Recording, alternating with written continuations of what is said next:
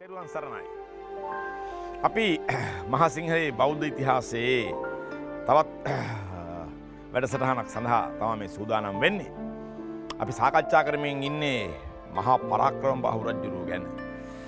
වර්තමාන ලංකාවේ අද වෙන විට අපි බොහොම දුර්භීක්ෂ ආර්ථික සමාජයක වෙසෙන්නේ. ඉතින් ලෝක ව්‍යසනයක් හමුවේ ලෝක වෙසෙනත් සමගම ලෝකයටම බලපාපු ආර්ථික ව්‍යසනයේ බොහොම දරුණු පරිච්ඡේදයක් ලංකාවට උරුම වී තිබියදී ඒ පිළිබඳ විවිධ දුර්දාන්තයන් අපි අපේ අස්පනා අපිට අපි වර්තමානයේ දකින සමාජයක සිට අපි අතීතයේ මෙනෙහි කරන්නේ. අපි සාකච්ඡා කරන්නේ පරාක්‍රම බාහු රජුරුව පිළිබඳ. පරාක්‍රම බාහු රජුරුවන්ගේ කාල පරිච්ඡේදය පවා යුද්ධය වැනි කාරණා හේතු කොටගෙන විවිධ ආර්ථික සමාජීය ගැටලු බොහොමයක් සඳහා පිළියම් සොයමින් ගත කරපු කාලය ශ්‍රේෂ්ඨ සම්පන්න වූ නිසා තමයි මහා පරාක්‍රම බාහු ලෙස නම් වෙන්නේ. මහා වංශයේ පරිච්ඡේද 17ක් ඒ වෙනුවෙන් වෙන් වෙන්නේ. අද අපි මේ 16 වෙනි පරිච්ඡේදයේ අවසාන අනුච්ඡේදය තුල මේ රැඳෙන්නේ. ඒ නිසා මේ හොඳින් නිරීක්ෂණය කරමු වර්තමානයට අතීතයෙන් ගත හැකි ගන්නේ නම් ගත හැකි පාඩම් එමටයි මේ බඳු ආර්ථික දුර්දාන්ත ආර්ථික දුෂ්කර සමයන්හි අපට අපි මෙතෙක් සාකච්ඡා කරගෙන ආපු ඉතිහාසයේ ඕන තරම් දුර්භීක්ෂ සාගත අපි පහු කරලා තියෙනවා. බැමිණිටි ආසාය, රක්තාක්ෂි උවදුර වගේ මේ රටේ ආර්ථිකයට දැඩි ලෙස බලපාපු උවදුරු සාගත වශයෙන්ම නම් කොට දේශපාලනික ව්‍යසන, මහා ගිනි තැබීම්, සතුරු ආක්‍රමණ, අභ්‍යන්තරික සිවිල් අරගල මේ හැම දෙයක්ම අපේ රටේ අතීතයේ සිට උරුම බව මහා සිංහලේ බෞද්ධ ඉතිහාසයේ මුල සිට නිරීක්ෂණයෙන් බලා සිටින ඔබට වැටහෙනවා ඇති. අනේ ඉතින් අපිට මේ සාකච්ඡාව සඳහා මංපෙත් පාදා දුන්නු අපේ නායක හාමුදුරුවන් අපවත් වී වදාළ දරණාගම කුසල ධම්ම නායක හාමුදුරුවන් අපි නිරන්තරයෙන් සිහිපත් කරනවා. උන්වහන්සේට පිං පිණිසයි අපි උන්වහන්සේ විසින් පාදා දුන්නු මාවතේ රැගෙන යන මහා සිංහලේ බෞද්ධ ඉතිහාසයේ වැඩසටහන වෙන් කරන්නේ. ඒ වගේම වර්තමාන බෞද්ධ නාලිකාවේ අධ්‍යක්ෂ ධුරන්දර බොරලන්දේ වජිරඥාන නායක හාමුදුරුවන්ගේ මඟ පෙන්වීම අවහරණය අනුග්‍රහය අපට බොහොම වැදගත් වෙනවා. අපි උන්වහන්සේට ස්තුති පූර්වකව පින් දෙමින් අපි මේ වැඩසටහනට ප්‍රවිෂ්ටිය ගන්නේ. ඒ නිසාම මේ වැඩසටහනේ අපි සාකච්ඡා කරන මාතෘකා ඓතිහාසිකවත් සර්වකාලීනවත් අපිට වැදගත් වෙනවා. අපි ඉතිහාසය, පුරාවිද්‍යාව, සාහිත්‍යය, ජනශ්‍රුතිය, අනුමාන, නියතීන්, න්‍යායන් මේ සියල්ලත් සමග තමයි මේ අතිශාස්ත්‍රීය විෂය තාම සරලව හැකිතාක් සරලව ඔබට කියන්න උත්සාහ කරන්නේ. ඉතින් එබඳු සාකච්ඡාවක් සඳහා එබඳු රසවත් සාකච්ඡාවක් සඳහා මේ අලසයයි සම්මත වී පැත්තකට කරලා තිබිච්ච ඉතිහාස විෂයක් ජනමාධ්‍ය තුල තාම ජනකාන්ත ලෙස සාකච්ඡා කරන්නට අපට හැකියාව ලැබී තිබෙන්නේ අපේ රටේ එබඳු සාකච්ඡාවක් සඳහා සුදුසුකම් ලබන බුද්ධි මණ්ඩලයක් සම්පත්දායකත්වයක් සිටින නිසා. ඒ නිසාම තමයි මම බොහොම ආඩම්බරෙන් මගේ සම්පත්දායකත්වය ඔබ වෙත ඉදිරිපත් කරන්නේ. ඒ බුද්ධි මණ්ඩලයේ සම්පත්දායකත්වයේ ඇති ප්‍රවීණතාවම තමයි අපේ මේ වැඩසටහන දීප්තිමත් වන්නට, ජනකාන්ත වන්නට, රසවත් වන්නට හේතුභූත වන්නේ. ඒ නිසාම අපේ යුතුයකම මේ මගේ බුද්ධි මණ්ඩලය ඔබ වෙත හඳුන්වා දීමෙන් මේ කටයුත්ත ආරම්භ කරන්නට. සීනා කොරළේ ප්‍රධාන සංඝනායක තැන්පත් හියම් තුඩුව රජමහා විහාරයේ විහාරාධීශවර වැලිමිටියාවේ සීල රතන නායක හාමුදුරුවන්ගේ දොහොත් මුදුන් දී මේ වණ්ඩ පෙටි පිළිගන්න ලබන අතර මේ විෂය තව තවත් පර්යේෂණය කරමින් ඔබට ඉදිරිපත් කර සිටින පේරාදෙණිය විශ්වවිද්‍යාලයේ ඉතිහාසය සහ පුරාවිද්‍යාංශයේ ගෞරව උපාධිධාරී වර්තමාන බෞද්ධ පාලි විශ්වවිද්‍යාලයේ ඉතිහාසය සහ පුරාවිද්‍යාවංශයේ කතිකාචාර්ය ඉෂංක මල්සිරි කතිකාචාර්යතුමාවත් බොහොම ගෞරවයෙන් මේ මණ්ඩ පෙටි පිළිගන්න ලබන ගමන් අවසරයි මේ ආරම්භ කරන්න යන්නේ මහා සිංහලේ බෞද්ධ ඉතිහාසයයි.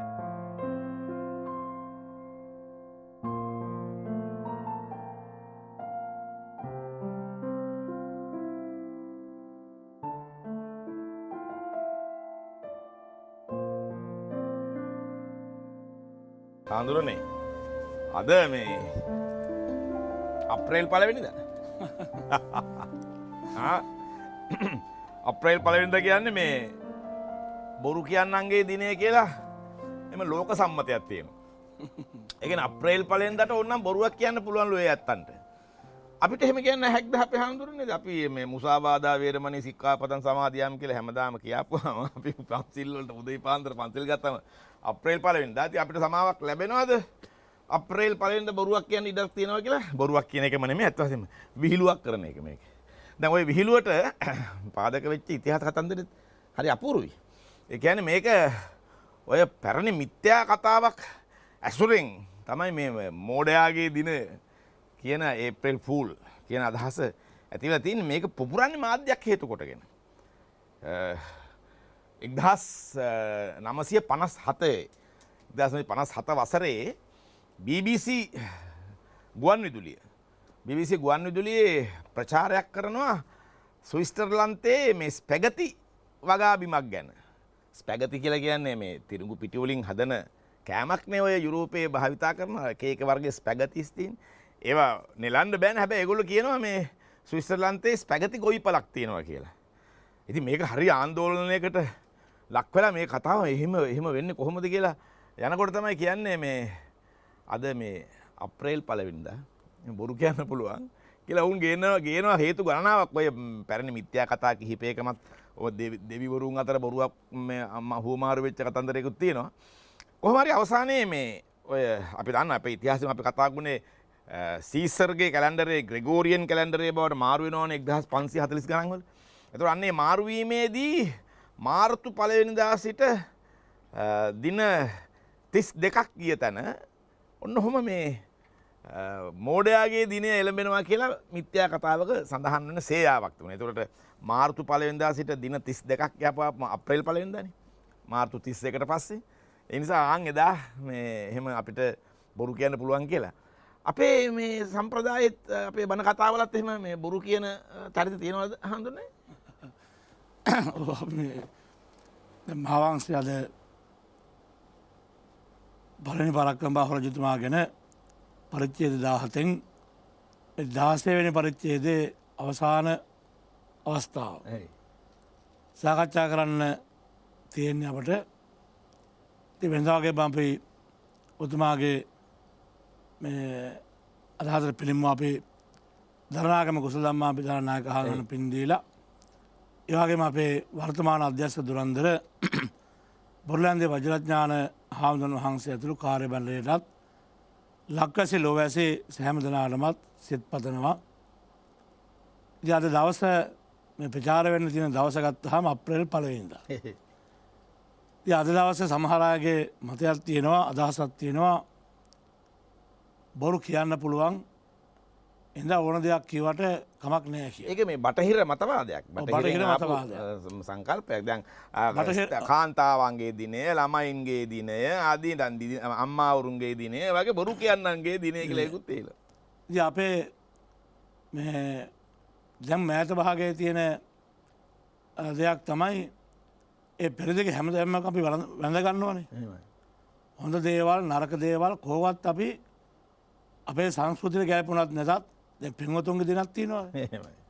පින්වතුන්ගේ දිනක් තියෙනවා. පින්වතුන්ට විතරයි දිනයක් නැති මම හිතන්නේ. ඉතින් එහෙම තේරම අපි වැඳ ගන්නවා. ඒ අතර එකක් තමයි ඔය බොරු කියන්නන්ගේ දිනේ. බුදුදහමට කොහෙත්ම ගැලපෙන්නෙම නැහැ. බුදුදහම සම්බන්ධව අපේ ගත්තාම ඔතුමා මතක් කළා මුසාවාදා වේරමණී.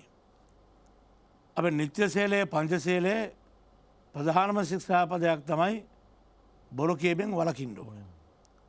එහෙමනම් අපිට බෞද්ධයන්ට බොරු කියන්න කියලා දිනයක් කාලයක් වෙන් වෙලා නැහැ. බොරු කියන එක වැරද්දක්, පාපයක්. අපේ බොරු ඉතිහාසය ගැන කියන්න ගිහුවාම අපේ කතන්දරවලක් තියෙනවා මුලින්ම ලෝකයට බොරු කීව කෙනා. අපි කියන චේතිය රජුරෝ කියලා. බොරු උපත කියලා අපි කියන්නේ අපේ මේ මහවංශින මහාවංශයේ චේතිය රජුරෝ නෙමෙයි.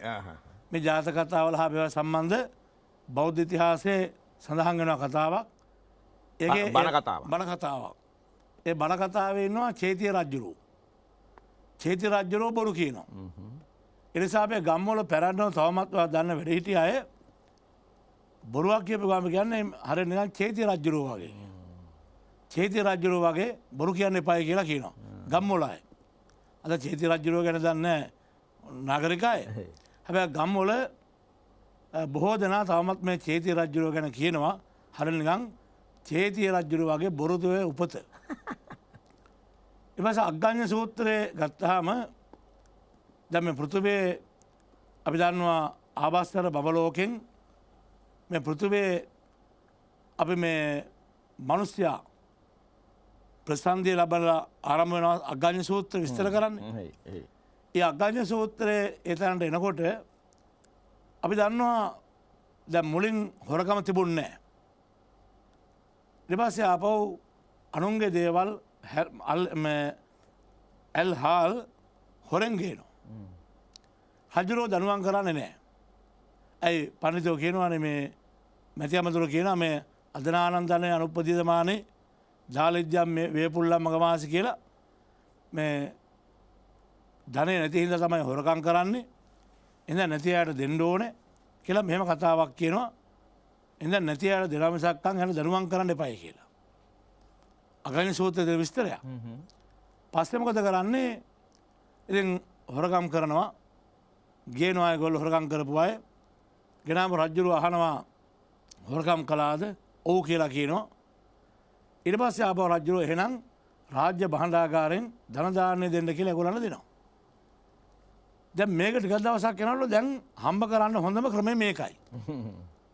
හොරකම් කරනවා රජුව ළඟට යනවා රජ්‍ය හොරකම් කළාද කියලා ආපුවම ඔව් කියනවා. ඊට පස්සේ ආපහු රාජ්‍ය භාණ්ඩාගාරයෙන් ධන දාන්නේ දෙනවා. දැන් මේක නොදකොට ක්‍රමයක් හදාගත්තා හොරකම් කිරීමේ ක්‍රමේ මුදල් හම්බ කර ගැනීමේ ධාන්‍ය හම්බ කර ගැනීමේ ක්‍රමයක් හැටියට. පස්සේ ආපහු මැති අමතුරු කිව්වා මේක හරියන්නේ නැහැ. මේ හොරකම් කරන අය නවත්තන්න නම් හොරකම් කරන අයට දඬුවම් දෙන්න ඕනේ. උන රජුරෝ ඊට පස්සේ ඔන්න හොරකම් කිරීම නිසා තමයි නියම කරන්නේ දනුවම් ක්‍රමය. ඒ පාර දැන් හොරකම් කළාද කියලා අහනවා. හොරකම් කළා කියපුවාම නියම කරනවා දනුවම්. ඒ පාර ආවව දැන් ඔන්න හොරකම් කරනවා. හොරකම් කළාද කියලා අහුවාම හොරකම් කළා කියලා කියන්නේ නැහැ කියනවා. ඔන්න ලෝකයට බොරුව ඇති වුණා. හොරකම මුලින් ඇති වුණා. ඊට පස්සේ ඇතුණු දෙවෙනි පාපක්‍රියාව තමයි අපි කියන්නේ හොරකම් බොරුව. පස්සේ මෙතනින් පස්සේ බොරුවත් එක්කම අව්‍යායුධ අනගොතේ ප්‍රාණඝාත මේ ආදී අනිත් කෙලෙස් ධර්ම මේ මිනිස් සමාජයේ ඇතුළු ආකාරයේ වන කෙරුවට කියවලා බලන්න පුළුවන් අග්ගඤ්ඤ සූත්‍රයේ ඉතිහාසය. ඊට පස්සේ අපේ සමාජයේ බෝසත්වරු ගැන කියනකොට බුදුහාඳුර ගැන කියනකොට බුදුහාඳුර ගැන අපි කියන්නේ සුගත තථාගත සුගත බුදුහාඳුරෝ බෝසත් අවදීදීත් යම් යම් සුළු වැරදි සිදු වෙලා තියෙනවලු. හැබැයි ප්‍රාණඝාත සිදු වුණත් හොරකම සිදු වුණත් ඒ බෝසත් අවදීදී සිදු නොකරපු එකම වැරද්ද කියලා අපි පිළිගන්නේ මොකද්ද? බොරු කියන එක. බෝසත්යන් වහන්සේ අතනුත් යම් යම් පොඩි අඩුපාඩු වැරදි සිදු වුණත් බෝසතාණන් වහන්සේ කවදාවත් නොකරපු වැරද්දක් කියලා පිළිගන්නවා. මොකද්ද? බොරු කිව්වේ නැහැ. එනිසා අපේ අදරස් සමාජය අපි කතා කරනවා බොරු කියන මිනිහට කරන්න බැරි වැරද්දක් නැහැ කියලා. යම්කිසි කෙනෙක් බොරුකාරයෙක් නම් ඒ බොරුකාරයා කෙනෙක් සමාජයේ කොන් කරලම දාන්න ඕනේ, අයින් කරලම දාන්න ඕනේ. බොරුකාරයාට කරන්න බැරි වැරද්දක් නැහැ කියලා තමයි අපි කියන්නේ. දැන් බොරුකාරයාට හොරකමත් කරන්න පුළුවන්, ප්‍රාණඝාතයත් කරන්න පුළුවන්, අනුක සියලුම අකුසල් කරන්න පුළුවන්. එතකොට මේ සියලුම වැරදි අතර ගත්තාම බොරුව ඊටාම නරක බොරු කිරීමත් බොරු කීමත් අපට බොරු කියන්න පුළුවන්, බොරු කරන්න පුළුවන්. දැන් අපිට මේ බොරුවට කිරන්න පුළුවන්, මනින්න පුළුවන්. දැන් මේ දවස්වල බොහොම අපිට ඇහෙනවනේ වගේ. බොරුවට කිරන මනින බොරුව. දැන් අද ගත්තාම සමාජය තුළ මේ ඒ බොරුව ගොඩාක් ඉස්මතු වෙලා තියෙනවා. එතකොට ඔක අතනදී අපට කියනවා මේ සමාජයේ පිරිහෙන කාලේ තමයි මේ බොරුව ඉස්මතු වෙන්නේ. ඔබතුමාට මතක ඇති නම් අපේ කොසල් රජ්ජුරුව දැක්ක සිහින දාසය තුළ ලාපෝනි සීදන්ති සිරා ප්‍රවන්ති. ලබු කබල් යට යනවා ඒ වෙනුවට කිරිවානගල් උඩ පාවෙනවා වතුරේ. ඒ වගේ මේ ලෝකයේ පරිහායන කාලේ ලෝකස්ස පරිහායන ලෝකයේ පිරිහෙන කාලේ. අදම්මිකානම් මනුස්ථානං අධාර්මක මිනිස්සු පහළ වෙන කාලේ. කියලම දිග විස්තරයක් කියලා කියනවා ඒ කාල වෙනකොට ලෝකයේ පිරිහෙන කාලේ අධහාරමක මිනිස්සු ඇතිවෙන කාලේ ඒ කාලය ඔන්න මොකද වෙනවා කියන්නේ අර ලබු කබල් යට ගිහිල්ලා තිරුවානගල් වතුරේ පාවෙන්න වගේ ඇත්ත යට ගිහිල්ලා ඊට පස්සේ බොරුව ඉස්මතු වෙලා රජ කරන්නේ බොරුව සමාජය. ඒ වගේ තත්ත්වයක් ඇති වෙනවා. හැබැයි ඒ ලෝකයක් දිනු වෙන කාලේ නෙමේ රටක් දිනු වෙන කාලේ නෙමේ රටක් පිරිහෙන කාලේ ඊට පස්සේ ලෝකයේ පිරිහෙන කාලේ තමයි ඒ බොරුව ඉස්මතු වෙන්නේ. ඉතින් බොරුවටවත් අපි කියනවා අර කෙලියටවත් හොරගමක් කරන්න එපා කියලා වගේම ලෝවැඩ සංග්‍රහව එහෙම විහිළුවටවත් අපට කියනවා බොරුවක් කියන්න එපා ඒක පවක් කියලා. හොඳ බණක් අහගත්තා. දැන් එහෙනම් අප්‍රේල් 15ට බොරු කියන්න තහනම් බෞද්ධයන්ට. හොඳේ. දැන් බලමු මං කියන්නේ අපේ හාමුදුරනේ දැන් මේ කතිකාචාර්යතුමා දැන් සීලවන්ත ඥානවන්ත පණ්ඩිත හාමුදුරු නමක් වඩම්ම ගත්තාම ඉතිහාසය සාකච්ඡා කරන්න තව කොයිතරම් දේවල් දැනගන්න තියෙනවද? අග්ගඤ්ඤ සූත්‍රයක් දැනගත්තා. මම මේ මෝඩයාගේ දවසේ මේ මෝඩයෝ ගැන ප්‍රශ්නයක් අහලා. හොඳයි. දැන් එතකොට අපි අපේ උපයුක්ත මාතෘකාවට බහිනවා. අපි ඉන්නේ පරාක්‍රම බහු රජුරුවන්ගේ 16 වෙනි ඒ කියන්නේ 76 වෙනි පරිච්ඡේදයේ මහාවංශයේ පරිච්ඡේද 17ක් සාකච්ඡා කරනවා. එතුමන් පිළිබඳ මේ අපි ඉන්නේ ගව්වෙන් ගව්වට විහාර කියලා මේ පරිවර්තනය ගොඩනගලා තියෙන උපමාතෘකාවක පරාක්‍රම බහු රජුරෝ ගව්වෙන් ගව්ව විහාර ඉදි කරා කියලා. අපි එතනින් මේ පටන් අරන් මේ ඒ පරිච්ඡේදය ඉවර කරලා අපිට මේ උයන් වතු වැව් ජල මාතිකා පරාක්‍රම බහු රජුරෝ කරපු මහා වාපී කෘෂි ආර්ථික සමෘද්ධිය පිළිබඳ සාකච්ඡාවට බහිමු. ඒකට බොහෝම බරපතල මාතෘකාවක්. නමුත් මේ අපි 76 වෙනි පරිච්ඡේදයේ අවසානයක් දැකලා එමු අපි හඳුනන. ගව්වෙන් ගව්වට විහාර. සාකා නගරයන්හි මෙසේ විහාර කරෝ රජතුමා ඉක්බිති ගව්වෙන් ගව්ව ප්‍රතිමා මන්දිර දොරකොටු පවුරු ධර්මශාලා ආදී අංගවලින් සම්පූර්ණ ගාවුත විහාරයයි ප්‍රසිද්ධ විහාර කරවීය. ගාවුත විහාර. ගාවුත විහාර ලස්සන නම. එසේම දූතාංගදල භික්ෂුන්ගේ විවේක වාසය පිණිස කපිලනං විහාරයක්ද කරවීය. එහිද දෙමහල් ප්‍රාසාදයක් දිග සක්මන් මළුවක් දීර්ඝ ප්‍රාසාද 4ක් දෙමහල් ප්‍රාසාද 4ක් කරවන ලදී. එහි කපිලනං තපස්වීම සඳහා ගිජලිහිණියක බඳු ගෙයක්ද කරවන ලදී. ඊපස්සේ කියනවා ඉක්බිති සතුරන් විසින් වනසන ලදුව කොටිවලස් ආදීන් හට වාසස්ථාන වී ඇති අනුරාධපුර සුද්ධ නගරෙහි සිද්ධස්ථානයන් ප්‍රතිසංස්කරණය කරන්නට කල්පනා කළ රජතුමා එක් මහා ඇමතියෝකෙහි ඇවීය. ඇමතියා ලවා 120 රියන් උස රුවන්වැලි සෑය, 140 රියන් උස අබේගිරි දෑගැබ, 160 රියන් උස වූ ජේතවන සෑය, 80 රියන් උස මිරිසවැටි සෑය යන මේවා ප්‍රතිසංස්කරණය කරන ලදී. එක් පැත්තෙන් සියක් රියන් වූ සියක් රියන්ම උස ලෝවා මහා පාය සොලෙන් විසින් වනසා තිබුණු හෙයින් 1600ක් ගල්ටැම් පිහිටුවා විසිතුරු ලෙස කරවන ලදී. සැටක් මහා ප්‍රාසාද ඇති සේපර්ණි පුෂ්පනම් මහා ප්‍රාසාදයේද නටබුන්ව තිබුණු මහේන්ද්‍රසේන ප්‍රාසාදයේද තවත් ප්‍රාකාර හා පිරිවෙන්ද කරවන ලදී. එතකොට සෑගිරියෙහි දාගැබ් 64ක් කරවීය.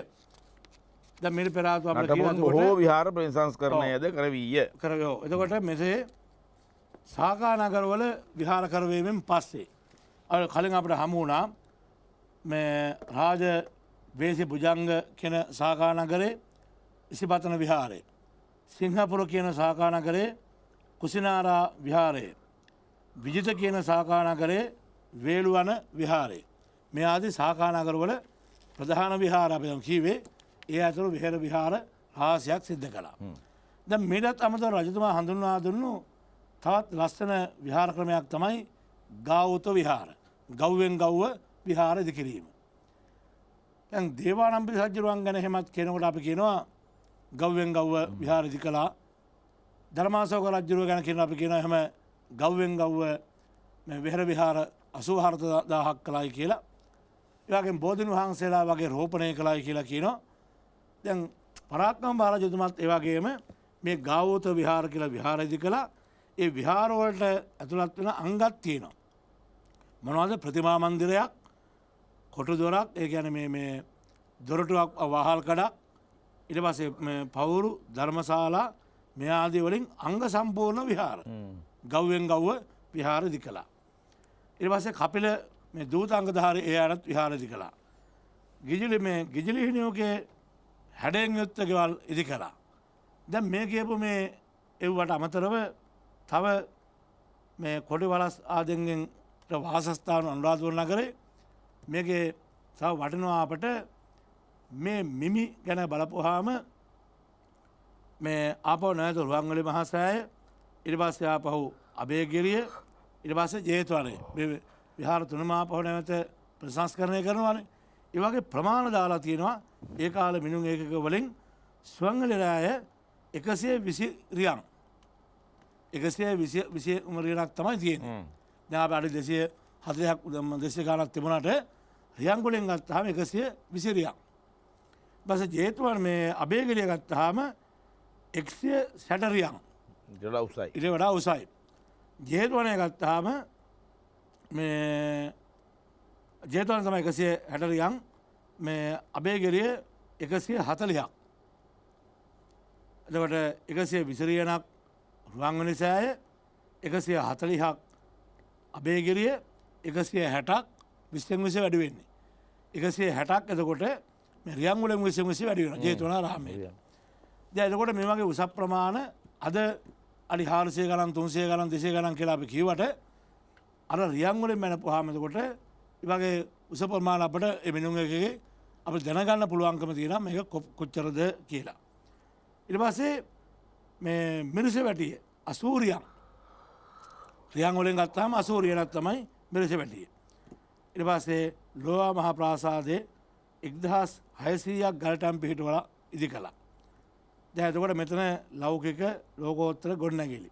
දැන් අපට මේ 11 වෙනි 12 වෙනි සියවස් ගැන කියන්න ගිහුවාම මහා පරාක්‍රමබාහු රජතුමාගේ කාලේ අපි දන්නවා මේ එතුමා කාලේ ලෞකික ගොඩනැගිලි රාශියක් අදටත් අපට ඉතුරු වෙලා තියෙනවා. ඒ අතර මාලිගා, ඊට පස්සේ ආපහු මේ රාජකාරී ගොඩනැගිලි, ඊට අමතරව නගර සැලසුම්, මේ වගේ ලෞකික ගොඩනැගිලි රාශියක් මේ 11 වෙනි 12 වෙනි සියවසට අදාළ ඉතුරු වෙච්ච නටබුන් අපට තාම දකින්න පුළුවන්කම තියෙනවා. ආගමික ගොඩනැගිලි වශයෙන් ගත්තාම දැන් මීට කලින් අපි කියපු තිවාංග පිළිම, තූපාරාම, ඒ වගේම සීමා මාලකය, මේ තව මේ වගේ මහා ගොඩක් මේ හින්දු කෝවිල් මෙහෙම මහා ගොඩක් ඉතුරුලා තියෙනවා මේ ආගමික ගොඩනැගිලි. දැන් මාලිගා ගත්තාම ප්‍රධාන වශයෙන් අපට මේ පොළොන්නරුවේ 11 වෙනි 12 වෙනි සියවස් වලට අයිති මාලිගා 6ක පවන නටබුන් අපට දකින්න තියෙනවා. එන එකක් තමයි දැන් විජයබාහු රජුරුවන් විසින් ඉදිකරන්නට යෙදුණු විජයබාහු රජුරුවන්ගේ අභිෂේකය සඳහා අනුරාධපුරයට ගිහිල්ලා ඉදිකරන්නට යෙදුණු ගල්පාලමට ආසන්න තියෙන විජයබා මාලිගාව. අනුරාධපුර පොළොන්නරුව ගේට තමයි ඇතුළත් වෙන්නේ. ඒක තාවකාලික මාලිගාවක්, පාදම ගඩොල් වලින් හදලා තියෙන්නේ. තැන් තැන් වල වෙනත් ගොඩනැගිලි නටබුන් මේ අමුද්‍රව්‍ය කරලා හදපු ගොඩනැගිල්ල. මේක එතකොට මේ චිත්‍ර හැම ඇඳලා තිබුණ බවට සාක්ෂි දෙනවා. විශාල ගඩොල් නිර්මාණයක්. ඔන්න එක මාලිගාවක් මේ යුගයට අයිති අදටත් අපිට දකින්න පුළුවන් මාලිගාවක්. ඊට පස්සේ අපි ගත්තාම දෙවන මාලිගාව කියලා අපි සඳහන් කරන්නේ පඬුවස්නුවර පඬුකාභය රජුරුවන් පඬුකාභ රජුරුව හදපුවා නෙමෙයි. මේ මහා පරාක්‍රමබාහු රජතුමා අර මහානිපාත කාලය ඈපා කාලය තුල හදාගත්ත හදපු මාලිගාව. ඒක අර වගේ විජේබා මාලිගාව වගේ නෙමේ සැලසුම් සහගත මාලිගාවක්. ඒ මාලිගාවේ ප්‍රධාන ගොඩනැගිලි ගොඩක් තියෙනවා. මැද මිදුල් මුහුණට මැද මිදුළු සහිත ශාලාවල්, ගලින් කරන ලද පියගැට පෙළවල්, සඳකඩ පහන්, රාජසභා, ඒ වගේම සිංහාසන මේ වගේ දේවල් තියෙනවා. ඒක දැන් පුරාවිද්‍යාත්මකව එළියලා තියෙනවා. විශාල ගඩොල් බිත්ති. දැන් පුරාවිද්‍යාත්මකව මතකයි තිබුණා මේ කියනවා අඩි 2ක් දිග ඇන මේ බාලකොලට ගහපු ඇන යකඩලා තියෙනවා. යකඩ ඇන. ඒ යකඩ ඇන දැන් අපිට යකඩ නැත්තේ. යකඩ ඇන අඩි 2ක් දිගයි. එතකොට අපිට තේරුම් ගන්න පුළුවන් මේ බාලකයක් අඩි 2කට වඩා දිගයි කියපුවාම ඒ අඩි 2කට එහා දිග යකඩ ඇන හැදුවේ අල්පිනිත් අදාපට නැති වුණාට ඒ යකඩ ඇන හැදුවේ අපේ රටේ. මේ එතකොට එව්වා අදත් අපට දකින්න පුළුවන් ඔන්න ඒ මාලිගාව සම්බන්ධ. ඊට පස්සේ ආපහු අපි දන්නවා මේ වෛජයන්ත විජයෝත්පාසාදේ මහා පෙරකුම්බා රජුරු රාජ්‍යත්වයට පත් වුණා පස්සේ ඉදිකරපු මහල් 7කින් යුක්ත කාමර 1000කින් යුක්ත මංගල භෝජන ශාලා, නෘත්‍ය ශාලා මේ ආදී දැනට මහල් 3ක් දැනට අපිට දකින්න පුළුවන් නේ. ඊට පස්සේ ආපහු අඩි 258ක් දිග චතුරස්‍රාකාර කොටසක් තියෙනවා එතන. ඊට පස්සේ ආපහු අඩි 6ක් පමණ ඝනකමට බිත්ති තියෙනවා. දැනට ඉතුරුලා තියෙන කොටසේ අඩි 30ක් පමණ උසට ඒ බිත්ති ඉතුරුලා තියෙන කපරාදු කරපු බිත්ති. ඒකට ඒ මාලිගාවත් අපිට මේ යුගයේම දකින්න පුළුවන් නටමු.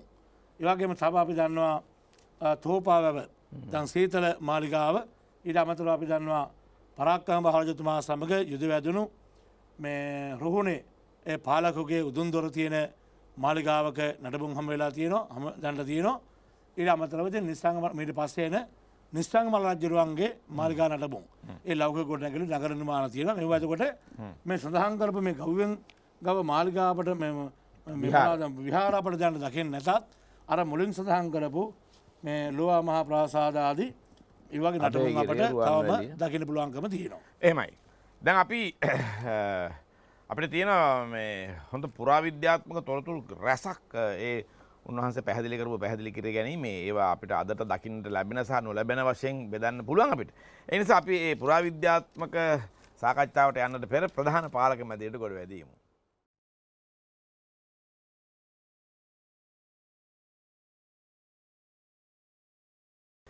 ඉශංක දැන් මේ අපේ නායක හඳුරුගේ කරපු පැහැදිලි කිරීමේ ඔය ගව්වෙන් ගව්ව විහාර කියන කාරණාවයි මේවල තියෙන වාස්තු විද්‍යාත්මක වැදගත්කම ගැන මම කල්පනා කරන්නේ. දැන් මේ එක විහාරයක් ගැන සඳහන් වෙනවා මේ පොතේ තියෙන ගිජුලිහිණියෙකු බඳු මේ ගයක් සහිත විහාරයක් කියලා. ඒතර මේ ගිජුලිහිණියෙකු බඳු ලෙස මේ හඳුන්වන්නේ කුමක්ද එහි ඇති වාස්තු විද්‍යාත්මක තත්ත්වය. මොකද මම මේ කියන්නේ ඔය සීගිරිය පිළිබඳ සමහර දෙනාගේ විශ්වාසයන් තියෙනවානේ මේ ගිජුලිහිණියෙක්ගේ පාදයි මෙතන තියෙන්නේ කියලා. ඒතර ඒ කියන ගිජුලිහිණියාමද මේ පොළොන්නරු යුගයේ මේ යොදාගෙන තියෙන්නේ කියන එකයි. ඊළඟට තමයි අපිට වැදගත්ම වෙන්නේ දැන් අපි අද අනුරාධපුරයේ ගිහිල්ලා අපි වන්දනා කරන, අපි නරඹන, අපි ගවේෂණය කරන ඔය බොහෝ පුරාවස්තු එතකොට පරාක්‍රම බාහු රජුරුවන්ගේ මේ ප්‍රතිසංස්කරණ වලින් පසු අපිට හමු වන දේවල්ද කියන එක දැන්. එතකොට මේ උස දිග පළලවල් දැන් මේකේ තියෙන රියන් වලින් කියනකොට 120ක් රුවන්වැලිසෑය රියන්, 140ක් අබේගිරිය රියන්, ඊළඟට 160ක් මේ ජේතවනයේ රියන්. මේ රියන් උස ගණන් වර්තමානයේ අඩි උස ගණන් එක්ක සමපාත වෙනවද කියන කාරණා ටික අපිට මේ පරිච්ඡේද හරහා කතා කරගන්නට පුළුවන් නේද ඉශාංක? ඔව් දැන් මම හිතන්නේ අර ඔබතුමා මුලින් අහපු ප්‍රශ්නේ මගෙන් අර ගිජුලිහිණියෙක් බඳු ගයක් කියන එක. ඇත්තටම ඔය වචනේ එන්නේ අර කපිල කියන ඉසිවරයාට පරාක්‍රම බාහු රජුරන් විසින් කර වූ ගොඩනැගිල්ල පිළිබඳ විග්‍රහ කරනකොට. එතෙන්දී මහාවංශයේ කියනවා නානා විචිත්ත කම්මන්තෝ කූටාගාරාදි සෝභිතෝ කාරේසි කපිලේසිස්ස ගිංජකා වසතෝ පිච්ච කියලා. එතකොට කපිල කියන ඉසිවරයාට දැන් මේ ඉසි කියන වචනයත් ඇත්තටම ඉන්දීය සංදර්භය ඇතුලේ භාවිතා වෙන ස්වරූපයට වඩා වෙනස් ස්වරූපයකින් තමයි ලංකා සංදර්භය ඇතුලේ භාවිතා වෙන්නේ.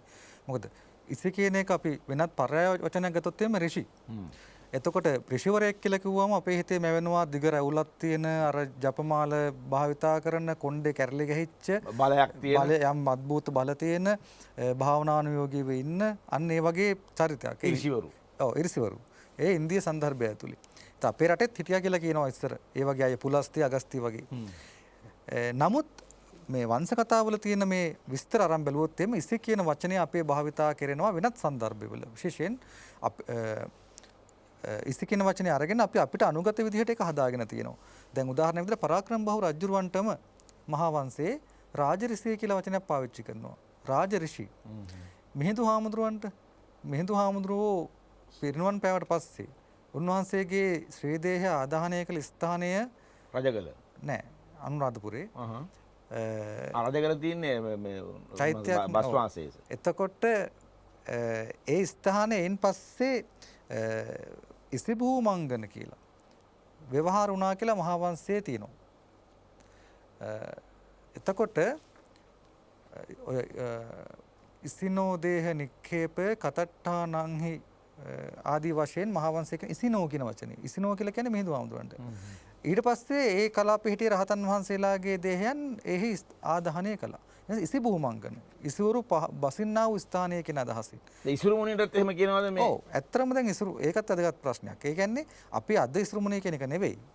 සැබෑ ඉසුරු මුනිය තියෙන ඊට තරමක් පිටුපසින් වෙස්සගිරිය කියන ස්ථානේ එතනින් හම්බුණානේ ක්‍රිස්තු වර්ෂ දෙවෙනි තුන්වෙනි වගේ සියවස් වලට අභිලේඛනයක්. ඒක තමයි එතන නියම නම තියෙන්නේ. වඩා පැරෙන නම. ඒකේ තියෙන ඉසි රමණ කියලා. ඉසි රමණ. රමණ කියලා කියන්නේ ඇද ගන්නා කියන එකයි. සිත් ඇද ගන්නා. ඉසි කියලා කියන්නේ භික්ෂුන් වහන්සේලා අතරම අපේ සන්දර්භය ඇතුලේ. රමණීය කියන අදහස. ඍෂිවරුන්ගේ සිත් ඇද ගන්නා කියන එකයි. අද උනත් අපි දන්නවා ඔය පැරණි ඉසුරු මුනිය කියන නූතන වෙස්සගිරිය හරිම සුන්දර භූ විෂමතාවක් සහිතව පිහිටලා තියෙන්නේ. ස්වභාවික ගල් පර්වත කිහිපයක් කේන්ද්‍ර කරගනිමින් තිසාවැවේ ජල මට්ටමට සමාන උස් මට්ටමකින් පිහිටලා තියෙනවා. එතකොට එතන ඉසි කියන වචනේ පාවිච්චි කරලා තියෙන්නේ. ඒ නිසා මෙතන මේ කපිල කියලා කියන්නේ භික්ෂුන් වහන්සේ නමක් කියලා පිළිගැනීමකුත් තියෙනවා. ඒ කොහොම වුණත් ඒ කලා කියලා කියන්නේ ගිංජකා වසත හොපිච්ච. ගිංජක කියලා කියන්නේ ගඩොල්. ආවසත කියලා කියන්නේ ගේ ගෘහය. ඒ නිසා මෙතන මේ ඔක ඔය මහා වංශ ගුණපාල විරසේකර සංස්කරණය වගේ මගේ අතේ තියෙන මේ බෞද්ධ සංස්කෘතික මධ්‍යස්ථාන පරිවර්තනෙත් වැරදියට තමයි පරිවර්තනය කරලා තියෙන්නේ. මේක තිනෙත් ගිජුලිහිණියක් බඳු ගයක්. ගිජුලිහිණියාට පාලියෙන් කියන්නේ ගිජ්ජ කියලා. ගිජ්ජ කූට, ගිජුකුළු. එතකොට මෙතන තියෙන ගිජ්ජ නෙවෙයි ගිංජ. ගිංජ කියලා කියන්නේ ගඩොල්. ඒ කියන්නේ පියස්සත් සහිතව සම්පූර්ණයෙන්ම ගඩොලෙන් නිමවන ගෘහයට කියනවා ගිංජකා වසත. ඊට අමතරව කියනවා තවත් වචනයක් මහා වංශයෙන් තියෙනවා ගිංජ කාලය. ගෙඩිගේ කියලා හැදෙන්නේ එහෙම. සිංහලට ගඩොල් වලට සිංහලෙන් කියන්නේ ගෙඩි. ගෘහයට කියනවා ගේ කියලා. ගෙඩිගේ කියන්නේ ගෙඩි කියන වචනේ හැදෙන්නේ ගිංජ වලින්. ගිංජ වලින්. එතකොට මේ ගිංජ කාලය කියලා වචනයක් තියෙනවා තව මහා වංශේ. මට එක තැනක විතරයි හම්බුලා තියෙන්නේ මහා වංශේ. ගිංජ කාලය. ගිංජක කියලා කියන්නේ ගඩොල්, ආලය කියන්නේ ගේ. දැන් දේවාලය කියන්නේ දෙවියන්ගේ ගෘහය. දේවාලය. ආලය කියන්නේ ගෘහය, වාසස්ථාන. එතකොට ගඩොලින් හදන්නා වූ ගෘහය තමයි ගිංජ කාලය. ගිංජකා වසත ආදී නම් වලින් හැඳින්වෙන්නේ. අනේ ඉතින් කෙටියෙන් හරි පැහැදිලි කරනකොට මීට කලින් අපි කතා කරලා ඇති මම දැන් ඔය මට ඊයේ පෙරේදත් මාත් එක්ක මේ සහෝදරයෙක් ඔය ගැන සාකච්ඡා කළා. ඔය සීගිරිය හා සම්බන්ධ තියෙන මේ ගිජුලිහිණි සාකච්ඡාව. එතනත් ඔය ගඩොල් කාරණාවක් එහෙනම් විශේෂ වෙන්නේ නෑ. එතන අර එතන තියෙන ඇඟිලි 3ක්ය. නමුත් ඇඟිලි තව ඇඟිල්ලක් තියෙනවා කියලා ඔබම පැහැදිලි කළා. ඇඟිලි 3ක්ය සහ ඒවැ ස්වරූපය සිංහෙක්ගේ බඳු නොවේය. ඔය ආදී වශයෙන් තමයි ඔය කතාව ගොඩනගලා තියෙන්නේ. මට මතකයි මේ පරිච්ඡේදය ඔබ සෑහෙන පැහැදිලි කළා ඒක. ඔව් මම හිතන්නේ ඒක අපි මෙතනට සාකච්ඡා කරන එක අපේ සාකච්ඡාවෙන් බැහැර වීමක් වෙනවා. සීගිරිය පිළිබඳ මහා සිංහල බෞද්ධ ඉතිහාසයේ වැඩසටහන අරගෙන බැලුවොත් මේ තාම දීර්ඝ ලෙස ඉසංකමාල සිරිතා අපේ නායක හාමුදුරුවෝ ඔය ගිජුලිහිණි කතාව සාකච්ඡා කළා. එහෙමයි. නමුත් මෙතනදී මේ අනුරාධපුර ප්‍රතිසංස්කරණයට අපි වැඩි අවධානයක් යොමු කරන්න ඕනේ කියලා මම හිතනවා. කොහොමද? ඔව් මේක තියෙන්නේ මහා වංශයේ 76 වන පරිච්ඡේදයේ අවසාන භාගයේදී තියෙන්නේ. එතකොට පරාක්‍රම බහු රජුරන්ගේ කාලේ වෙනකොට අනුරාධපුර රාජධානිය සැලකිය යුතු මට්ටමකින් පරිහානියට පත් වෙලා තිබ්බැත්තම අත්හැර දමු මට්ටමක තිබුණේ. කොටින්ම කියනනම් අනුරාධපුරය ඉතාමත්ම දරුණු කාල සීමාවල පවත් නොහැර සිටිය භික්ෂුන් වහන්සේලා පවා අනුරාධපුරයෙන් ඇවිල්ලා හිටියා. ඒ නිසා අපි ඉතාමත්ම ගෞරවයෙන් සලකපු අර මර්මස්ථාන ආගමික වශයෙන් ගත්තොත් එහෙම ශුද්ධ භූමි, ශුද්ධ ස්මාරක සම්පූර්ණයෙන්ම වනගත වෙලා වන සතුන්ගේ වාසස්ථාන බවට පත් වෙලා තිබ්බා. දැන් මේ මහාවංශයේ ඉතා පැහැදිලිව බොහොම සංවේගයෙන් සඳහන් කරලා තියෙනවා කොහොම තත්ත්වයක්ද තිබුණේ මේ වෙනකොට. අනුරාධපුරයේහිද పూర్වයේහි දෙමළුන් විසින් නසන ලද දුෂ්කර හේයින් නොයෙක් රජුන් විසින් නොකරවන ලද්දා වූ. ඒ කියන්නේ අර අනුරාධපුර අවසාන කාලේ ඇතිවෙච්ච විවිධාකාර ආක්‍රමණ විතරක් නෙවෙයි. විය හැකි පරිද්දෙන්ම පරාක්‍රම බාහුවට පෙර තිබිච්ච අවුරුදු 70ක පමණ කාල සීමාවේ චෝල කාල සීමාව විජයබාහුගෙන් පසු ඇතිවෙච්ච අරාජික කාල සීමා. මේ සියලු කාල සීමාවලදී මේ රාජධානිය විනාශයටපත් වුණා.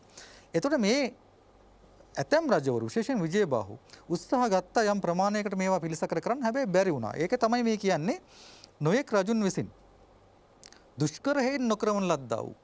කරන්න හැකියාවක් තිබුණේ අපිට එහෙම ආර්ථිකයක් තිබුණෙත් නැහැ. අපිට එහෙම භෞතික සම්පත් තිබුණෙත් නැහැ. කරවනු පිණිස කැමතිෙක් යවා. පරාක්‍රම බහු රජුරු කැමතිෙක් පිටත් කළා මේවා නැවත ගොඩනගන්න. මේක හරි වැදගත් දෙයක්. දැන් මෙතනදී මේ මහාවංශයේ ලකුවට විස්තර කරලා නැති වුණාට ආපෞසරයක් දඹදින කාලෙදී නැවත අනුරාධපුර ප්‍රතිසංස්කරණයක් සිද්ධ වෙනවා. ඒ වෙලාවේ මහාවංශය ඉතා පැහැදිලිව කියනවා වෙනම ඇමතියෙක්ව නවත්තනවා. ඔහුට කිව්වේ අරක් මේනා කියලා. අරක් කියලා කියන්නේ ආරක්ෂාව. මේ කියලා කියන්නේ මෙහෙය. නා කියලා කියන්නේ නායකයා. ආරක්ෂක මෙහෙයේ ප්‍රධානියා. ඔහුට තමයි බාර දෙන්නේ. මේ අරක් මේනා තනතුර පරාක්‍රම බහුව කාලේ තිබ්බා. දැන් අපි ගත්තොත් එහෙම රුවන්වැලි සෑය පෞර්ලිපි වගේ එකක් විශේෂම නිශ්ශංක මල්ලගේ කල්යාණවතියගේ මේවත් මේ අරක් මේනා කියන තනතුර ගැන සඳහන් වෙලා තියෙනවා. එතකොට කැමතියෙක් යවුවා. ඇයි යවුවේ? හදන්න. ඇත්තටම දැන් මෙතන කිව්වම අපි හිතන්නේ හදන්න විතරයි කියලා. නෑ හදන්න නෙවෙයි. ඊට කලින් ගොඩාක් ලෝක ක්‍රියාවලියක් තියෙනවා. සිදුවලා තියෙන හානිය වාර්තා කරන්න ඕනේ. ඒ හානිය තක්සේරු කරන්න ඕනේ. එතකොට එක් ගොඩනැගිලි වෙන වෙනම අධීක්ෂණය කරන්න ඕනේ. ඒ ගොඩනැගිලි වල සිද්ධලා තියෙන විනාශය වෙන වෙනම තක්සේරු කරන්න ඕනේ. ඒවට අවශ්‍ය කරන සම්පත් පිළිබඳ වාර්තා කරන්න ඕනේ. භාණ්ඩාගාරයේ සම්පත් ලබා ගන්න ඕනේ. ඒවට සැලසුම් නිර්මාණය කරන්න ඕනේ. ඒ සඳහා වාස්තු විද්‍යාඥයන්ගේ ඉංජිනේරුවන්ගේ සහාය ලබා ගන්න ඕනේ. ඒ සියල්ල අවසන් කළ රජුරුවන්ගෙන් අනුමැතිය ලබා ගන්න ඕනේ. ඔය සියල්ල කළාට පස්සේ තමයි ප්‍රසංස්කරණ ක්‍රියාවලිය ක්‍රියාත්මක කරන්න පුළුවන් වෙන්නේ. එතකොට ඒ සඳහා අවශ්‍ය කරන ශ්‍රම බලකායක් යවන්න ඕනේ. භාණ්ඩාගාරයෙන් භෞතික සම්පත් යවන්න ඕනේ. විශාල කාර්යභාරයක් තියෙනවා. ඒතර එහෙම යවලා මොකක්ද කළේ? පිළිසකර කළා. දැන් අපිට මෙතන කියන්නේ ප්‍රධාන ස්තූප තුනක් ගැන. හතරක් ගැන. එකක් තමයි 120 රියන් උස්සූ රුවන්වැලි සෑය. එතකොට මෙතන කියනවා රියන් 120යි. රියන් 120 රියන කියන එක කොච්චර ප්‍රමාණයක්ද කියලා මතභේද තියෙනවා. ඇතැම් අය මේක අඩි 1.5ක් කියලා සලකනවා. තවත් සමහර අය මේක අඩි 2.5ක් කියලා සලකනවා. දැන් මේ ගැන යම් අදහසකට එන වඩු රියන. එතකොට මේ හත්ත කියන වචනේ තමයි පාලි වචනේ. හත්ත රියන. දැන් මේ සම්බන්ධයෙන් වඩා සාධාරණ එළඹුමකට එන්න උදව් වෙන සාධකයක් තියෙනවා. ඒ තමයි ඔය ආනන්ද කුමාරස්වාමී මහත්තයා මධ්‍යකාලීන සිංහල කලා කෘතිය රචනා කරනකොට. එතුමට හම්බුණා දේවේන්ද්‍ර මූලාචාරී සතුව තිබිච්ච රියන් ලෑල්ල. එතකොට ඒක මේ මහනුවර යුගයේදී. ඒක පරම්පරාවෙන් ඇවිල්ලා එතුමා අවසානයේට හිමිලා තිබිච්ච කෙනාගෙන් එතුමාට ඒක දකින්න ලැබුණා. ඒ රියන් ලෑල්ලේ දිග ප්‍රමාණ ගණනය කළා ආසන්න වශයෙන් වැටෙයිවොත් එහෙම අපිට ගන්න පුළුවන් 2.5ක් කියලා. 2.5ක්. අඩි 2.5ක් ආසන්න වශයෙන්. ඒ අඩි 2.5 ආදේශ කළොත් මෙතනට රුවන්වැලි සෑය රියන් 120යි. ඒතර අඩි 300ක් වෙනවා. ඒ කියන්නේ වර්තමානයේ තුන උස ප්‍රමාණය. ඒකට ගැලපෙනවා මේක. ඒතර අභියගිරි ගත්තොත් එහෙම අඩි 350යි. හරි? ඒතර මෙතන කියනවා රියන් එක 140යි. අභියගිරි 140යි ජේතවනයේ 160යි. 160 කියන්නේ අඩි 300යි. අඩි 400යි. අඩි 400යි. ඒතර 2.5 කියන එක මෙතන ගැලපෙනවා. ඊට පස්සේ කියනවා මිරිස් වැටිය. ඒක රියන් 80ක්. එතකොට මේවා පෙර දෙමළුන් විසින් පලන ලද්දා වූ මේ අවසාන කාලේ අනුරාධපුරයේ අවසාන භාගයේ ඇතිවෙච්ච ඒ අර්බුදකාරී තත්ත්ව සහ පොළොන්නරු කාලයේ මුල් භාගයේ ඇතිවෙච්ච අර්බුදකාරී තත්ත්වත් එක්ක මේක විනාශ කළා, පැලුවා. පැලුවා කියන එකෙන් අදහස් කරන්නේ ඇත්තටම ධාතු ගර්භ විනාශ කළා කියන එකයි. එතකොට මේ ස්තූප 4 කොහොමද තිබුණේ? මහ රුකින් වැහිලා ගිහිල්ලා විශාල ගස්. මොකද මේ ඔක්කොම නිර්මාණය කළේ ගඩොල් වලින්නේ.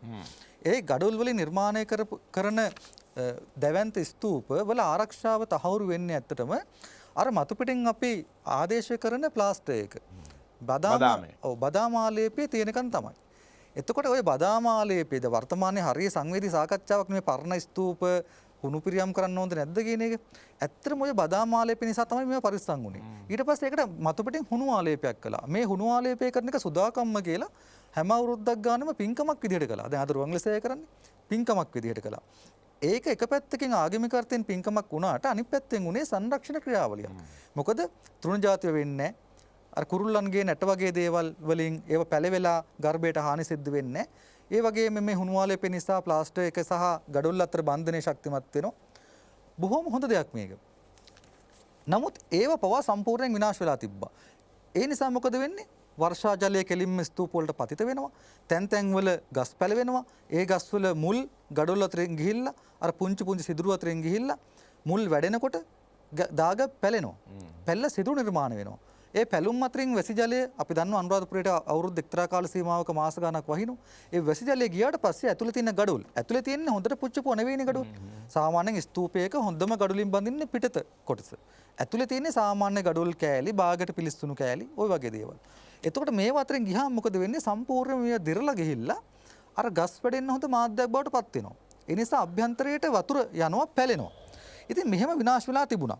ඒ විතරක් නෙවෙයිනේ වලසුන් දෙවියන් නිබඳව වාසය කළා මේ ස්ථානවල. ගඩොල් හා මැටි පිටු කරන කොටගෙන අර මං කලින් කිව්වේ මේවා පැලිලා ගිහිල්ලා ගඩොල් විසිරීලා ගිහිල්ලා ඒවා වතුරට අහු වෙලා පෙඟිලා දිය වෙලා දුකසේ යුතු ජාංගල භූමි ප්‍රදේශ ඇත්තා වූ මඩ වෙලා යන්න අමාරුයි මේ ප්‍රදේශවල. එහෙම තිබුණේ. එතකොට මේවා මේ තුන් සෑය වනයේ සිඳුවා කැලෑ කප්පවලා මනාකොට බඳවා අලුතෙන් බෙදවෙව්වා. අලුතෙන් බඳවලා සුනුකම්ද කරවා. අර අවසාන කොටස. ඒ කියන්නේ කපලාරු කරලා හුණු පිරියම් කළා. ඒ කියන්නේ පූර්ණ නිමාවක් දුන්නා. දැන් අපේ සංස්කෘතිය ඇතුලේ මේ ස්තූපය නිකම්ම ගඩොල් ඉදිකිරීමක් විදිහට දකින්න නෙවෙයි අපේ සංස්කෘතිය පුරුදුලා තියෙන්නේ. නිමාව. ශ්වේත වර්ණය. රන් කොත. මේව තමයි අපේ චින්තනයේ තියෙන්නේ. ඒ නිසා ස්තූපයක පරිපූර්ණ නිමාව යම් ආකාරයකින් මානසික බලපෑමක් කරන වයි සංස්කෘතියේ මිනිස්සුන්ට අපිට ඒක ප්‍රතික්ෂේප කරන්න බෑ. අපේ රජවරු කවදාවත් තිබ්බ විදිහට තියන්න ඕනේ කියලා ගඩොල් විදිහට පේන්න තිබ්බේ නෑනේ මේ ස්තූප. එතකොට එහෙම දෙයක් කළා. ඊට පස්සේ කියනවා එක් පසකින් සියක් රියන් වූ 7 සතන් 7 කියලා කියන්නේ. දිග රියන් 100යි පල්ල රියන් 100යි. උසින්න පමණ වූ උසත් රියන් 100යි. රියන් 100යි කියලා කියන්නේ අඩි වලින් ගත්තොත් එහෙම දැන් 2.5 ගණන් ගත්තොත් එහෙම අඩි 250ක්. 250ක් දිගයි පල්ලයි 250ක් උසයි. මොකද්ද? ලෝවා මහපාය. ගල් කණු. තාමත් අපිට දකින්න තියෙනවා ඒ ගල් කණු. ඊට පස්සේ 1600ක් ගල් ටැම් පිහිටුවා. ගල් කණු 1600ක් පිහිටුවල. දැන් මේක හරි වැදගත් දෙයක්. මොකද මේ අද අනුරාධපුරයට යන කෙනෙක් සාමාන්‍ය මිනිස්සෙක් ලෝවා මහපාය ගාවට ගිහිල්ලා පෙන්නනවා මේ දුටුගැමුණු රජු හදපු ලෝවා මහපාය කියලා. ඇත්තටම ඔය තියෙන්නේ දුටුගැමුණු රජු හදපු ලෝවා මහපාය නෙවෙයි. ඒක විනාශ වුණා මේ සොලී ආක්‍රමණ. අවස්ථා ගණනාවකදී විනාශ වුණා. ලෝවා මහපාය මම මහවංශයේ සමහර කරලා තියෙන අධ්‍යයන වලින් පේනවා අඩුම ගාන 11 වතාවක්. අඩුම ගාන 11 වතාවක් පිළිසකර කරලා තියෙනවා. ඒ කියන්නේ 11 වතාවක් මේක විනාශ වෙලා තියෙනවා. සරින් සරි. ඒතර අවසාන වශයෙන් පිළිසකර කළේ පරාක්‍රම බහුර රජුරන් විසින් ගල්කණු 1600ක් ගෙනල්ලා. අද අපි උතන්ට ගියොත් අපිට පේනවා ගල්කණු 1600ක් තියෙනවා. එක පෙලකට 40 ගානේ තියෙනවා. පේලි 40ක්. එතකොට ওই ගල්කණු වල හැටි බලන්න. ওই සමහර ගල්කණු මේ සමාන ස්වරූපයෙන් නැහැ. සමහර ගල්කණු වල අග කොටස හීනි, උඩ කොටස මහතයි. සමහර ඒවා උඩ කොටස හීනි, අග කොටස මහතයි. තවත් සමහර ගල්කණු වල පැතිවල තියෙනවා අර මේ කට්ට ලකුණු ගල්කණු වෙන් කරපු. සමහර ඒවා බිත්ති වලට කාවක් දන්න නිර්මාණය කරපු ගල්කණු. එක එක විදිහේ ගල්කණු. කුස්තුර තියෙනවා. එක එක විදිහේ ගල්කණු මේ තියෙන්නේ. ඇයි එහෙම උනේ? මේ ගල්කණු 1600 ලෝවා මහපාය සඳහාම නිර්මාණය කරපුවා නෙවෙයි. පරාක්‍රම බහුර රජුරෝ කලේ වටපිටාවේ ගොඩනැගිලි නටබුන් ගොඩනැගිලි වලින් ගල්කණු ගෙනල්ලා මෙතන එකතු කළා.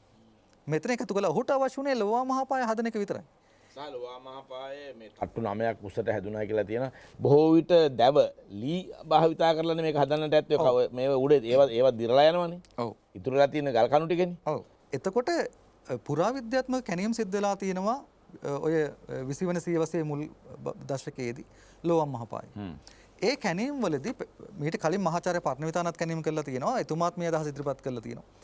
නමුත් මේ අලුත් කැණීම් වලදී ඒ කැණීම් සිද්ධ කළෙත් ඔය සිරන්දර්ණේ කියලා මහත්මයාගේ අධීක්ෂණය යටතේ එතුමාගේ ප්‍රධාන කැණීම් කරුවා වෙච්ච ඇල්ෆ්‍රෙඩ් ඩිමෙල් ඇතුළු කණ්ඩායම. දැන් ඔය වහලක් ගහලා තියෙන ඒ කාලෙද?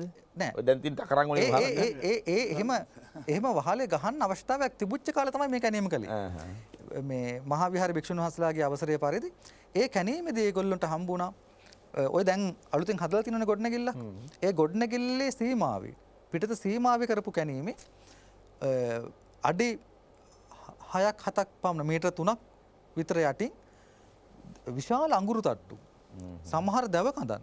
ඒගොල්ලෝ අනුමාන කරලා තිබුණා ඒවා සමහරලාට තල් කඳන් වෙන්න පුළුවන් නැත්නම් කිතුල් කඳන් වෙන්න පුළුවන් කියලා. දැවී ගිය ස්තර තියෙනවා. ඇත්තටම මේ පරණවිතර මහත්මයාත් මේක පැහැදිලි කරලා තියෙනවා මුල්ලෝවා මහපාය ඔය අදලෝවා මහපාය තියෙන තැනම නෙවෙයි ඊට පොඩ්ඩක් එහෙන් අඩි ගණනක් පොළව අභ්‍යන්තරයේ තමයි තියෙන්නේ. ඒ නිසා අපි ඒක හොඳට මතක තියාගන්න ඕනේ. ඒතර මේක එක්තරා සංරක්ෂණ ක්‍රමවේදයක් පරාක්‍රම බහුර රජුන් කාලේ කරපු. මොකද ඔහුට අවශ්‍ය වුණේ අර ස්ථානයේ ස්මරණය. මෙතන මේ පරිශ්‍රය ලෝවා මහපාය පිහිටු පරිශ්‍රය කියලා. ඒක පවත්වාගෙන ඉන්න. එතකොට අද අපි දකින්නේ පරාක්‍රම බහුර රජු නිර්මාණය කරපු ලෝවා මහපාය. මෙතනදී අපි මතක් කරන්න ඕනේ මේ වාස්තු විද්‍යාත්මක පරිණාමයේදී ප්‍රධාන සංසිද්ධි 4ක් සිදු වෙනවා. ගොඩනැගිල්ලක් පරිණාමය වෙනකොට කාලෙන් කාලට. ගොඩනැගිල්ලක සමහර ලක්ෂණ වෙනස් නොවී දිගටම පවතින්න පුළුවන්.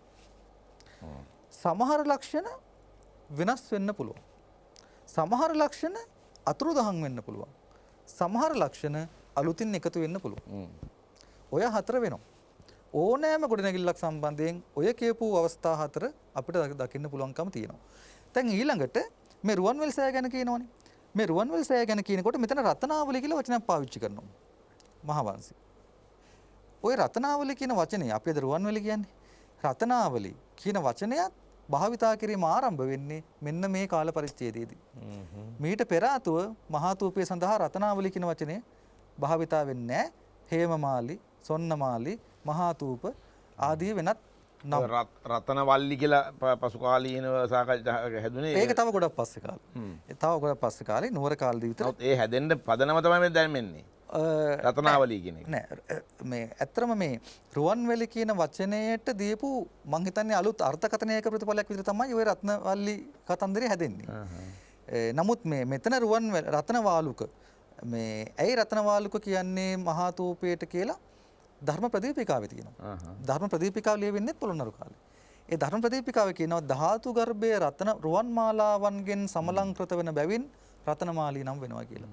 ඒතර මහා තූපයේ ධාතු ගර්භයේ රත්නමාලා, රුවන් මාලා, මණික් මාලා. මේ රත්න කිව්වම මණික්ම නෙවෙයි, රන් රිදී මුතු මණික් මේ දියමන්ති ඔය ඔක්කොම රතන. ඒ නොයෙකුත් රතනයන්ගෙන් අලංකృత වෙන බැවින් තමයි රත්නමාලා කියලා කියනවා කියලා ධර්ම ප්‍රදීපිකාවෙත් මම හිතන්නේ ඊට පස්සේ මහා බෝධි වංශ ගැටපදෙත් තියෙනවා විස්තර කරලා තියෙන්නේ. ඒතර ඒ වචනය භාවිතා වෙන්නේත් මෙන්න මේ අපි කතා කරන කාල පරිච්ඡේදයේ ඉඳන් කියන එක අපි පොඩ්ඩක් මතක තියාගන්න ඕනේ. මේන් පස්සේ දිගටම මහා වංශයේ රත්නමාලී කියන වචනේ දකින්න පුළුවන් අපිට. ඒක තව එකක්.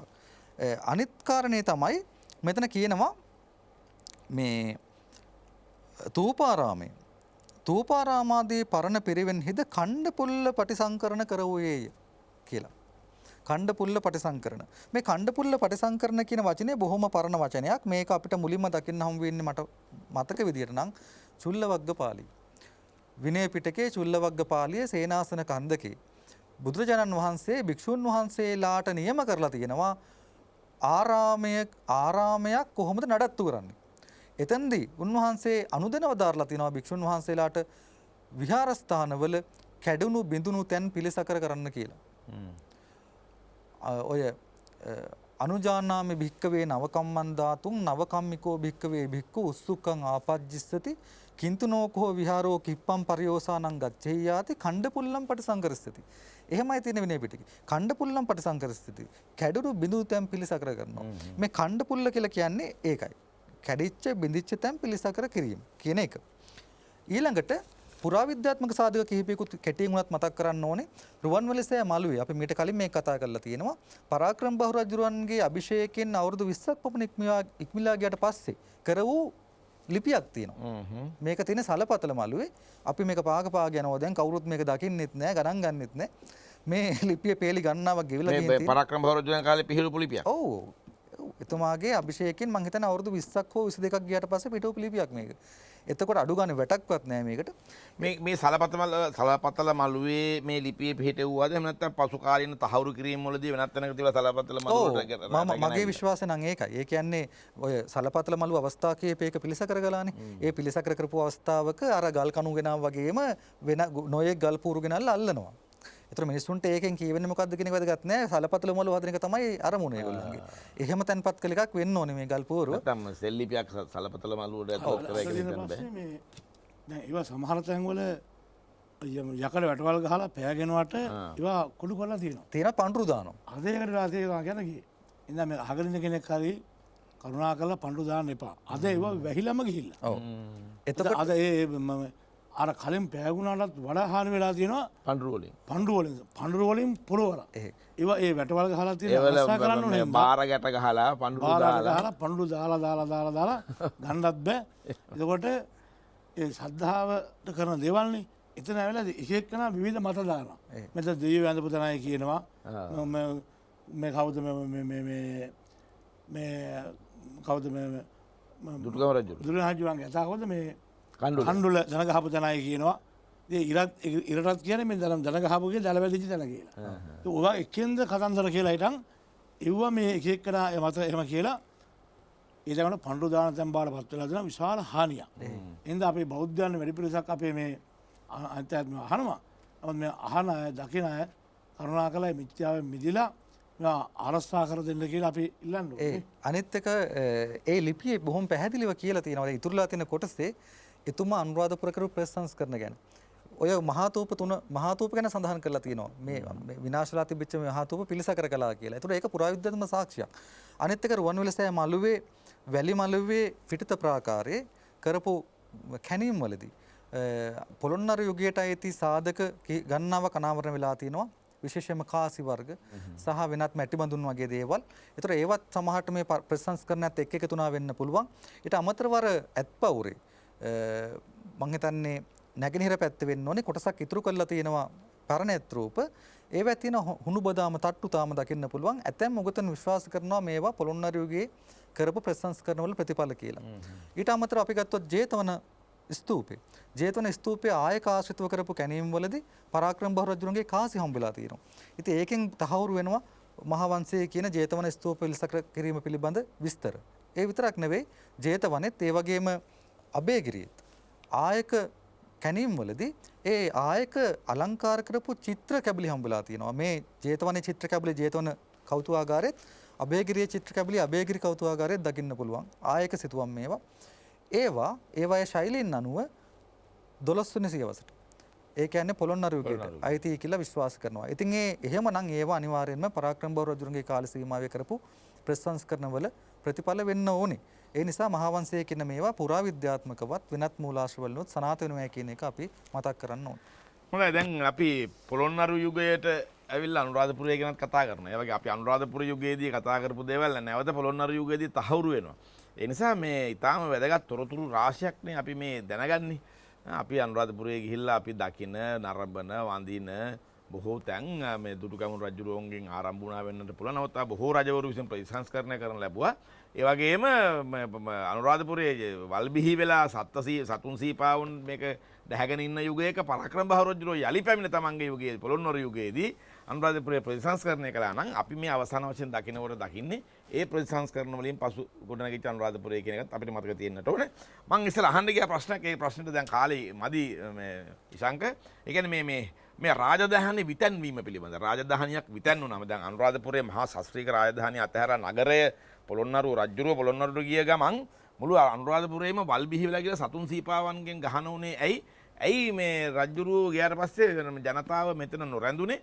ඒ වගේම පරාක්‍රම බහු රජුරුව ගිහිල්ලා මේ විහාරය තහවුරු කළාද ප්‍රතිසංස්කරණය කළාද? දැන් පුරාවිද්‍යාත්මකව තහවුරු කරනවානේ. නමුත් දැන් විහාරයක් සකස් කරලා භික්ෂුන් වහන්සේලා වැඩමවලා එහි විහාරාරාමයක කටයුතු පැවතුනාද?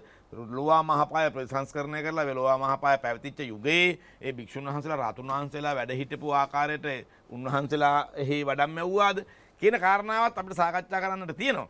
මේ අපේ නායක හඳුරුත් ඒ පිළිබඳ බොහෝ තොරතුරු කියාවි. හැබැයි කාලය හමාර වෙච්ච නිසා අපි ඊළඟ සතියේදී ඒක ගැන සාකච්ඡා කරමු. අපි නායක හඳුනන පින් දෙමින් ඊසංගමන සිට කතිකාචාර්යතුමාට ස්තුතිවන්ත වෙමින් අපි ලබන සතියේ මුණ ගැහෙන බලාපොරොත්තු වෙන අපි ඔබෙන් සමුගන්නවා. ඔබ සැමටම ආවඩා ආයු බොහෝ වේවා.